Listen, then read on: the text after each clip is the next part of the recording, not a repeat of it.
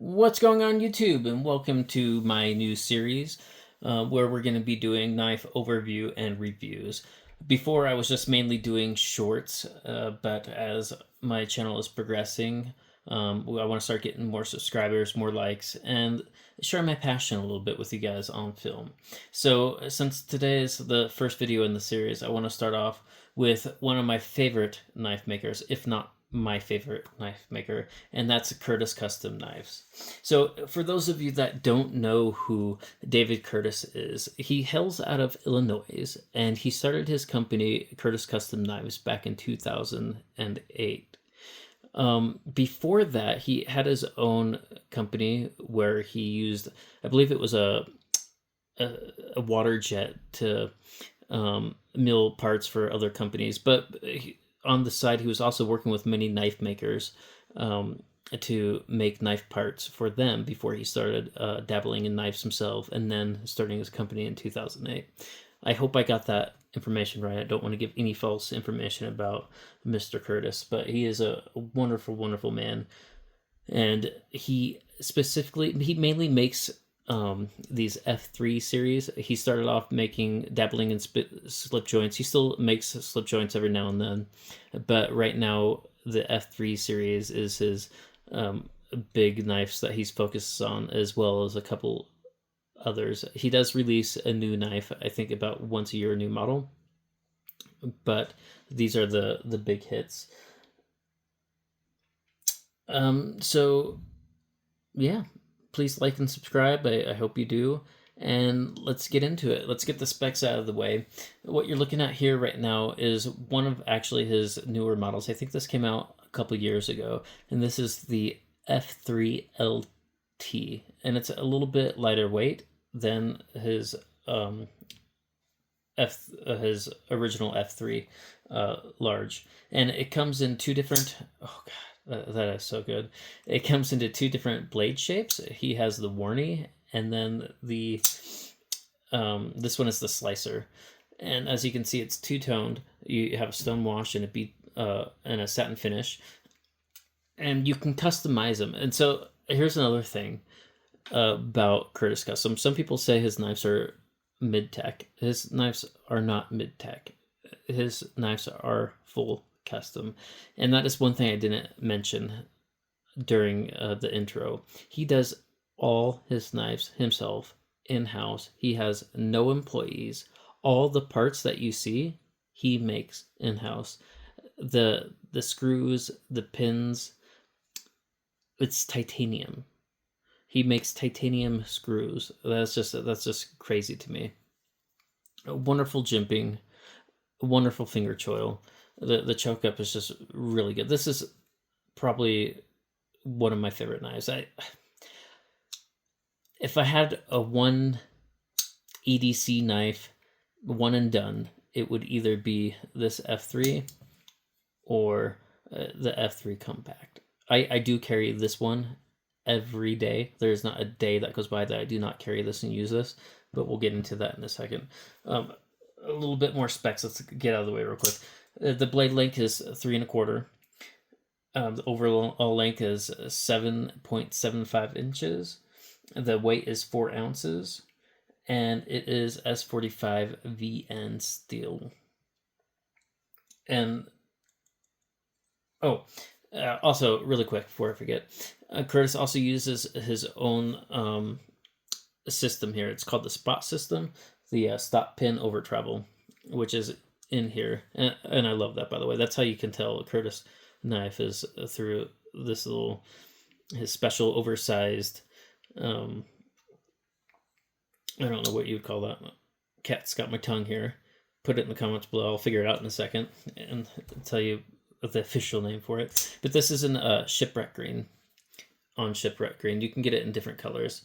So let's just do some size comparisons really quick, so you can kind of get a feel for how big it really is up against the Magnacut 2. Let's go with another Spyderco really quick while we're at Spyderco's. Spyderco Sway Back. And how about the Peter Carey Wii Nitro OG. And just for giggles, we'll do one more. The Shirgoff. So it's not the largest knife, but it is a really, really good size. If you have medium to slightly large hands, I think, for me, this is the perfect size knife to EDC. Also, I would say the two best blades that I have as far as action goes is this Wii from Peter Carey. It is just really smooth, really drop shut. The only other knife that I have in my collection that compares to that is this F3 LT. It is very, very, it's just so, the detent is just so satisfying. It just deploys open wicked fast. Drop shunt. You can, it's a little bit harder, but you can reliably spidey flick it. And it is just a fun knife. I highly recommend it. And I believe the price is right too. For many, this is a real knife. And you can see why. Moving on to the next Curtis Custom is the F3 Compact. Like I said, there's not a day goes by that I do not use this knife, that I do not carry this knife. This is just beautiful work. The attention to detail, the milling, the quality, everything is here that you'd want. And then, oh man, the action, once again, is to die for. This one isn't as drop shutty, but you can actuate it with one hand. Very easy. And it's just so satisfying to actuate. Also, really good choke up. It's really comfortable in the hand. It really is. It's a nice, beautiful stone wash finish. What is the weight on here? So it's open. It's going to be 6 1/4 inches long. The blade is going to be 2.5 with a 2.11 inch cutting blade. What else can I say? It's titanium Magnacut. Just like the F3, the screws, the pivot is also titanium. And it is a beautiful, beautiful knife. Also, let's do some size comparisons really quick, just so you can kind of get it up some other knives that you might be familiar with. We got the Benchmade Bug Out.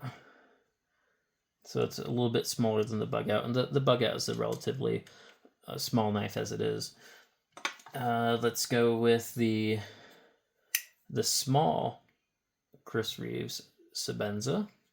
Also, once again, it's smaller than the Sebenza. And one more. Let's compare it with one that might be Herman Micro Sting. Is it? Yeah, it's also smaller than that Herman. The Herman is a really small knife. And then how about last one? We'll go with the Gerber Fastball Cleaver, also smaller than the Gerber. So this is one of the smallest knives that I have, but it does not feel that small.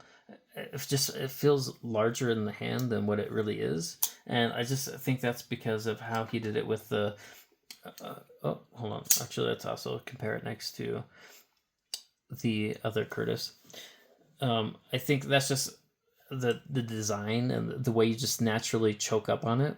It makes it feel bigger than what it really is. And despite its thickness of the blade, it is actually still really slicey. I don't know how he managed to do that, but it is a very slicey blade for how thick it is.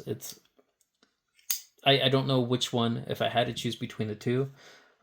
You can only have one of these knives to EDC. It would be a hard choice, and I'd be sad to let either of them go. But if you're looking for a really good, high-quality knife, Curtis Customs, it's where it's at. It's an attainable Grail knife. And I believe everybody should have one. So the last Curtis Custom that I'm going to show you is a really, really special knife. Um, Prior to purchasing this knife, I spoke to him for a while on the phone about this knife and just about him. He is a military veteran, really, really nice guy. And I was very nervous speaking to him on the phone, and I could barely get some words out. Um, but the fact that he sold me this knife, it just meant so, so, so much to me. And not, this is, I mean, people can argue all they want, mid-tech, full tech, or mid-tech, full custom. This is a true, no one can argue, full custom, one of a kind knife. Slip joint, back pocket slip joint from Curtis Custom. He does and has done some slip joints, but not like this beauty. This, he did tell me this, that this is his favorite slip joint he has ever made. And the story behind this, so I'm sure if you've been in the knife game for a while, you know, I'm gonna butcher his name. I always do, because I've been in Germany for way too long. I always want to say Tony Boza, and he's not a mean guy. It's Tony Bose.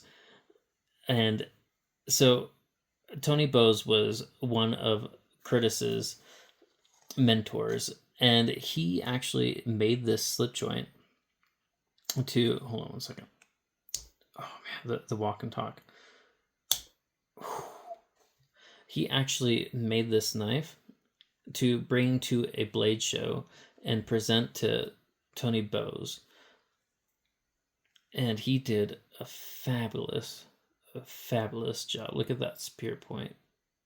Oh, it's even more beautiful in person. The camera does not do it justice. This is Westinghouse micarta scales. It's what is it? The blade on here? He told me. I believe it's CPM. Yeah, CPM 154 in the blade and the springs. And then as far as the liners, pins, and the shield go, is 416 SS. And this is just a beautiful, beautiful slip joint. I carry all my knives, and I use all my knives. This and one other one, I believe, are going to be safe queens. I don't know that I can bring myself to use this. It's just too beautiful. I love it. It's really comfortable in the hand. And the lockup, there is no lock mechanism, but I'm pressing really hard on this, and it's not going anywhere. It almost feels like there is a locking system in this, but there is not. I mean, I'm putting pressure down. It's a beauty. This is perfection. So that's here. Actually, let me do some size comparisons just in case you want to see it up against some other slip joints before I let you guys get going. But this is my Curtis Customs collection to date. I love his knives. I highly recommend that you, if you can pick one up, you do. But really quick before we go, let me get out a couple more slip joints here for size comparison.